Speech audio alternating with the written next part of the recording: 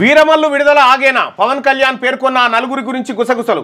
కమ్మ, కాపు, రెడ్డి సామాజిక వర్గాల మధ్య ఆంధ్రలో కుమ్ములాట.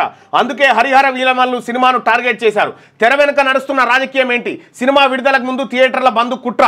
రాజకీయ నాయకులు, సినీ నటుల మధ్య ఒక విషయం దగ్గర సంబంధం ఉంటుంది, అదే నటన. నటనలో పోటీ పడడంలో వారికి వారే సాటి. కడుపులో కత్తులు పెట్టుకొని కౌగలించుకోవడం ఈ రంగంలో ఉన్న వారికి మామూలేనని జనాభిప్రాయం. రాజకీయ నాయకుడు, ఆంధ్రప్రదేశ్ ఉప ముఖ్యమంత్రి మరియు సినీ నటుడైన పవన్ కళ్యాణ్ సినిమా హరిహర వీరమల్లుపై వివాదం చెలరేగడం జనాల్లో ఆసక్తిని కలిగిస్తుంది.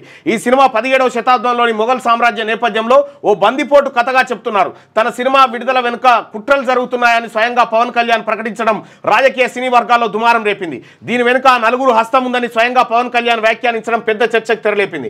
జూన్ 1, 2025 నుండి ఆంధ్రప్రదేశ్, తెలంగాణలోని సినిమా థియేటర్ల బంద్ ప్రకటన ఈ వివాదానికి అగ్గిరాజేసింది.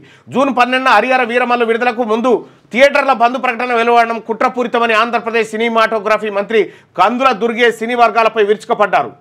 దీని వెనుక ఉన్న వ్యాపార ప్రయోజనాలపై దర్యాప్తు జరపాలని హోం కార్యదర్శికి మంత్రి లేఖ రాశారు. రాజకీయ నాయకుడిగా మారిన నటుడు పవన్ కళ్యాణ్ బలం, ఆర్థిక మూలం, చరిష్మా సినిమాతోనే ముడిపడి ఉన్నాయి.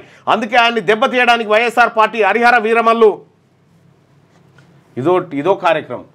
బైకాట్ పేరుతో సోషల్ మీడియాలో పెద్ద ఎత్తున క్యాంపెయిన్ చేపట్టింది. కొందరు జనసేన నాయకులు దీనికంతా కారణం దిల్ రాజు అని విరుచుకుపడ్డారు. పవన్ కళ్యాణ్ ప్రస్తావించిన ఆ నలుగురు ఎవరు? సినిమా థియేటర్లో 90% తాము గుప్పిట్లో ఉంచుకున్న నలుగురే వారని సినీ వర్గాల్లో గుసగుసలు వినిపిస్తున్నాయి. వారిలో ఇరువురు దిల్ రాజు, అల్లు అరవింద్ తనకేమీ ఈ థియేటర్లతో సంబంధం లేదని మీడియా ముందు వచ్చి ప్రకటించారు. మరో ఇరువురు అక్కినేని రామానాయుడు వారసులు మాత్రం మౌనం వహించారు. ఈ వివాదం వెనుక సామాజిక రాజకీయ ఆధిపత్య పోరాటం ఉందనే అభిప్రాయం ఉంది. ఉమ్మడి ఆంధ్రప్రదేశ్ రాష్ట్రంలో 1983 వరకు రెడ్డి సామాజిక వర్గం కాంగ్రెస్ పార్టీ కింద రాజకీయ అధికారాన్ని చెలాయించింది. తెలుగుదేశం పార్టీ ఆవిర్భవించడంతో కమ్మ సామాజిక వర్గం ఆ పార్టీ నాయకత్వాన రాజకీయ అధికారాన్ని అందుకున్నారు. ఉమ్మడి ఆంధ్రప్రదేశ్లోనూ విభజిత నవ్యాంధ్రలోనూ అధికారం రెడ్డి కమ్మ సామాజిక వర్గాల మధ్యనే గత 75 సంవత్సరాలుగా తిరుగుతూ వచ్చింది. 80వ దశకంలో రెడ్డి కమ్మ సామాజిక వర్గాలను ఛాలెంజ్ చేస్తూ కాపు నాయకుడు రంగం మీదికి వచ్చాడు. కాపుల సంఖ్య రీత్యా రెడ్డి కమ్మల కంటే ఎక్కువ. కాపు సామాజిక వర్గం బలహీన వర్గాలలో గట్టి పట్టున్న రంగ ఎదుగుదల తమకు ప్రమాదమని తలిచి అతన్ని 1988వ సంవత్సరంలో విజయవాడ నడిబొడ్డున దీక్షా శిబిరంలో ఉండగానే హత్య చేయించారు ఆధిపత్య శక్తులు. దీని వెనుక చంద్రబాబు, తెలుగుదేశం పార్టీ హస్తం ఉందని అప్పట్లో ప్రచారం జరిగింది. రంగా హత్యానంతరం అతని అనుచరులు, జనం పెద్ద ఎత్తున కదిలి కమ్మవారి షాపులు, సినిమా హాళ్లు, ఆస్తులు తగలబెట్టారు. 500కు పైగా బస్సులు దహనమయ్యాయి. విజయవాడలోని వ్యాపార సముదాయాలు తగలబడి శ్మశానాన్ని తలపించాయి. పలుచోట్ల కమ్మవారి ఆస్తులను లూటీ చేసి జనం పట్టుకెళ్లారు.